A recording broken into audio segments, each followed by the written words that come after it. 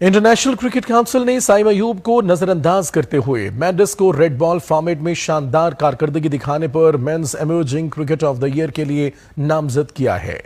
उन्होंने अपनी पहली आईसीसी वर्ल्ड टेस्ट चैंपियनशिप के फाइनल की मुहिम के दौरान एक अहम किरदार अदा किया।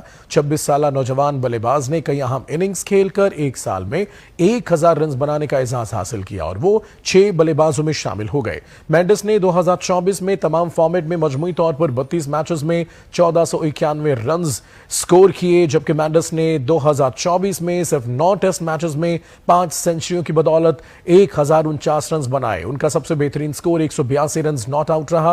ICC men's emerging cricket of the year award के लिए पाकिस्तानी ओपनर साइम अयूब, इंग्लैंड के फास्ट बॉलर गिज एगिंस्टन, श्रीलंका के कमेंडो मेंडिस और वेस्ट इंडीज के शमुद जोसेफ नामजद हुए थे। आईसीसी के मुताबिक men's emerging cricket of the year Sri Lanka के मेंडिस करार पाए। इसी के साथ मेंडिस मेंस टेस्ट में 1000 रन बनाने वाले मुश्तरका तीसरे तेज तरीन खिलाड़ी भी बन गए। उन्होंने सिर्फ 13 इनिंग्स में संगे मील तक पहुंचने के सर डॉन ब्रैडमैन के रिकॉर्ड की बराबरी की।